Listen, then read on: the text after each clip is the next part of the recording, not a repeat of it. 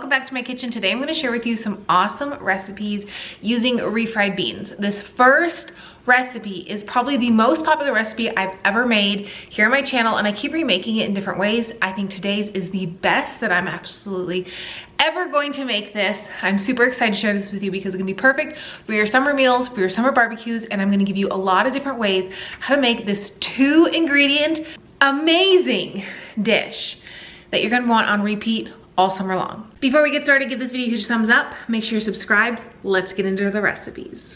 As we're going throughout today's video, I'm going to give you different ideas for each recipe if you want to use different ingredients. But starting out with this 2-ingredient refried bean burger, we have been loving these. I have made these so many different times on my channel. I started making them with black beans, and you just use black beans and mashed potato flakes. That's it. I've had people leave me comments and say, I think I added too much water. No, you don't add water. You just use, ends up being 1 can or 16 ounces of beans to 1 cup of potato flakes. I find that the bag ones just work really, really well. So that's what we've been using. If you eat a non-dairy or a plant-based diet, you can use the regular boxed mashed potatoes. That's normally what I would buy, especially on a budget because they're so cheap.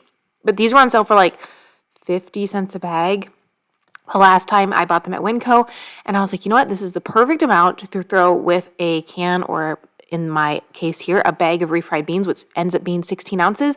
You mix it together, and this is your base. You can add anything you want to it. You can add cooked onions, mushrooms, chilies, salsa, corn, black beans, whatever you want to that, you can add it. You don't add water. That is your base. Anyways, you can throw these on the griddle. You can throw them on the stovetop. You can throw them on your grill outside. If you have a Blackstone, throw it on that. You cook them for about 4 minutes each side. You're going to cook them on about a medium to low heat because you want them to cook all the way through. I like mine really crunchy on the outside. I do use cooking spray with this pan because it's super old. Even though it's technically non-stick, I have to use something with it. Otherwise, everything will stick. And I'm a little frugal sometimes. I don't buy the essential things that I need. And I didn't use my stainless steel pan this day because I didn't feel like waiting for it to heat up. So anyways, I cook these inside really quick. Let me know down below, do you want a summer grill recipe video or a series? Because I'm getting my husband a grill for Father's Day. So let me know down below if you want to see super simple grill ideas. But these burgers are so good. We recently made them with refried beans and the mashed potato flakes, and I think that's my favorite way to make them just because I don't have to mash the can of beans. But if you use whole beans, it's 1.5 cups of cooked beans or 1 can. You mash them, you put the potato flakes in, bada bing, bada boom, they're perfect. But we made them as like a taco-inspired one a few nights ago. We used mild taco sauce. We put some sour cream in it, had it with lettuce, did some jalapenos. Oh, it was so good. You can literally do anything you want to these. They are so much easier and cheaper than buying like a vegetarian burger in the store. This day I decided I wanted some crispy lettuce because lettuce has a clutch on me right now. Has for months. As I've been sharing my pregnancy journey, did some spicy mustard, some relish, so good. If I had some tomato and red onion, I would slap that on here too.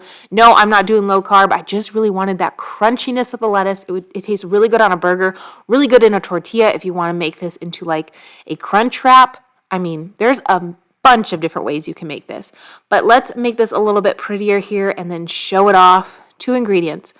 Like I said, 1.5 cups or 16 ounces of beans and 1 cup of mashed potato flakes. It's the perfect recipe. You can add anything you want to it. Highly recommend making them. You can throw them in the freezer if you want to. Make them ahead of time. You can make a whole bunch. I highly recommend making a whole bunch because you're going to want to eat these all and you're going to want them in the refrigerator so that way you have more on hand for leftovers. Starting up next with cheesy lasagna roll-ups. Make sure you check the description box for the cheese sauce recipe. Super simple. Technically 3 ingredients, even though the cheese sauce you have to make ahead of time, but you can do anything you want. You want to do red sauce, you want to do queso. They're so good with red sauce. I think that's my favorite way to have them, but all you're going to use is lasagna noodles. I use gluten-free in this particular clip, but you can use regular ones. I've been able to eat like non-gluten-free noodles, just regular noodles throughout pregnancy. So use whatever you want. You cook them, but you like parboil them or whatever it's called. So they're just like cooked enough. Then you stuff them with refried beans, and then you top them with either a cheese sauce, a queso, a red sauce, chunky tomatoes.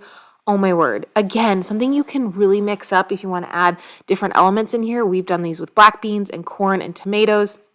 I've done it with black beans and salsa. I've done it with refried beans and onions, peppers, mushrooms. There's so many different ways you can play this, and it's so good and super easy to make ahead. I recommend making a huge pan of these, like a 9x13, or even go bigger than that, and have these on hand. Again, it can be a great meal that you can throw in the freezer if you want to. Just like this, you just pop them in, then into the freezer, cover it, and then you don't bake it until you're ready to eat it. But I throw it in the oven just for a few minutes to kind of warm up the beans and the cheese. Oh my gosh, if you haven't made this one, I think this is probably the second most popular recipe I've ever put on my channel. Every time I share this recipe, I get tons of comments of people saying, oh my gosh, that looks so good, or they tell me they tried it for the first time and they love it. Another super popular recipe that I wanted to share, again, it's 2 ingredients, but you can spice this up any way you want. You're going to use refried beans and a flour tortilla. If you want to go gluten-free, use a corn tortilla. Add salsa to the top of this or barbecue sauce. You have the simplest meal ever, and it's so good. Also, adding like peppers and onions to the inside just elevates this. But again, I try to share the most simple ingredients, and then to kind of get your mind going and add, hey, you can add anything you want. So this is kind of like a quesadilla. That's what I call it. I don't know if a quesadilla is supposed to have cheese or not, but that's how I like it. And honestly, I have this all the time for lunch, just quick and easy. I have some leftover refried beans in the fridge. No, I don't always use the ones in a bag, but they were super convenient. They were super cheap, so I bought a whole bunch of them like 2 months ago, and I've just been using them. A lot of times I will make my own refried beans, which I can leave a recipe down in the description box. And another video I'll add to this, so you can check it out, is an entire video using pinto beans. So you can kind of go from refried beans to pinto beans, get you lots of ideas. But serve this just like you would a quesadilla. You can add tons of different elements to the inside. Honestly, I have it all the time with just salsa or barbecue sauce on the side, just like this.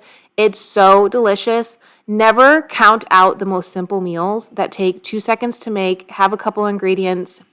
They're so good. And I highly recommend making this one ASAP. I hope you're making a grocery list along with this video today, because you're going to need it. Let me know in a comment below what's your favorite thing to make with refried beans. As I was editing this video, I realized I forgot 3 very important recipes. So I will have to make another video very, very soon adding those, because I think there are 3 never before seen recipes here on my channel that we've been enjoying recently. One is an enchilada dish that's amazing. Again, you can make it ahead, you can throw it in the freezer. I'm always giving you freezer meal ideas, because I always say this: if you're making one meal, you might as well make 2 and throw it in your freezer, and then you have a backup for later when you're super busy, or when you just need to give a meal to a friend, you have a backup. But let me know down in the comment below what's your favorite thing to make with refried beans. I love spicy refried beans, but pregnancy and heartburn, you kind of got to lay off the spicy food a little bit. So that's why I did barbecue sauce this day. Like I said, I've been having this for lunch a lot. The last recipe I shared recently, but it's so delicious. And people keep commenting saying like, wow, I didn't think to add refried beans with canned tomato sauce or tomato sauce in general.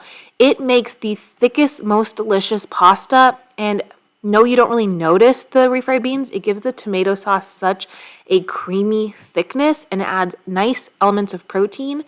I'm going to try to do this with my little when, they grow up and become picky eaters, and we'll see how it goes in the next few years. But I think this is such an amazing recipe. Again, you can change it up. You can add green peppers, you can add olives, mushrooms, whatever you want. Just like you're making a pasta dish that you want to add whatever you want to your red sauce. This day I did olives and made it very, very basic. Added some cheese sauce on the top, and I did make 2 dishes here, so then I could throw one in the freezer for later. Because again, if you're making 1 dish, you might as well double it and make 2. Again, super simple ingredients, but you can mix it up any way you want. You could also make this more taco inspired if you want to do salsa instead of the red sauce with the refried beans. Add some onions, some like red onions, peppers, chilies, whatever you want to it. And again, you could also do this with black beans, but I just feel like refried beans are way creamier, so that's what I prefer to use. I love using the same ingredients over and over and over and over in different ways in my kitchen. I think it's so fun, and also helps from food feeling blah, stale, monotonous. But if I can use a refried bean 10 different ways, I'm going to do it. I mean, I'm really going to do it like 20 different ways. But I'm going to find ways to add protein always into my meals, even if it's just beans. I'm going to always find a way to use pasta and rice and potatoes and red sauce and all the things. And I'm just gonna kind of mix it up. And I hope you really enjoy me sharing these ideas with you. I also have my blog linked down below, so check it out if you want some more recipe ideas. You can kind of go over there and check things out. Oh, actually, you know what? I think this day I did add taco seasoning to this. I totally forgot. It amped up the element so much. I mean, really, you can add any seasoning you want, but I'm pretty sure this was taco seasoning this day. Yes, and look how thick and rich and creamy this is. So delicious. And again, you can add sour cream to the top, lettuce to the top when it's done. I love adding like a taco-inspired topping to any of my pastas right now. It's really, really good. But again, if you want to switch out the red sauce for a salsa, you could do that and have a ton more flavor. You're just going to cook off your pasta like you normally would, add a little salt to the water. And if you are making just a freezer meal, I would only boil my pasta for 6 minutes instead of the traditional 7. I kind of knock it down one if I've never mentioned that before in a video. And if I'm going to bake my pasta, as long as it's got enough sauce, it's going to continue to bake, especially with gluten-free pasta. I will underbake that all the time, especially if I'm going to reheat it, bake it, or freeze it, because otherwise it gets real sticky, you know, and it's like, it seems overcooked. But if you rinse it, it's supposed to stop the cooking process. It doesn't always, so you got to like undercook it a lot. So I will do that with my regular pasta as well. But I just went ahead and threw that into the sauce mix. The saucier the pasta, the better.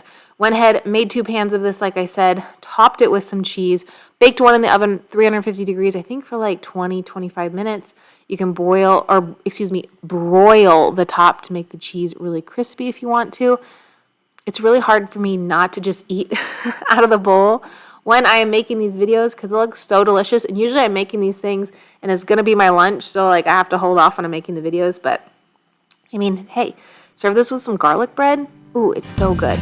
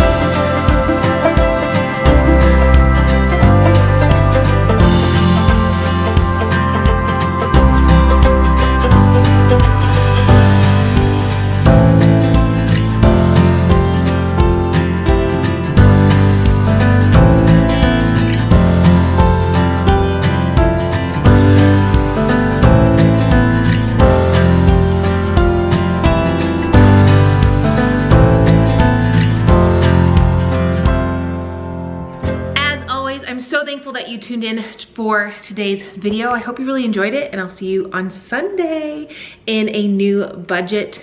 Well, should we say extreme budget? It might be extreme. It might be super extreme, but I have another budget video coming for you on Sunday, so make sure you're subscribed and your notifications are turned on so you don't miss it. See you then. Bye.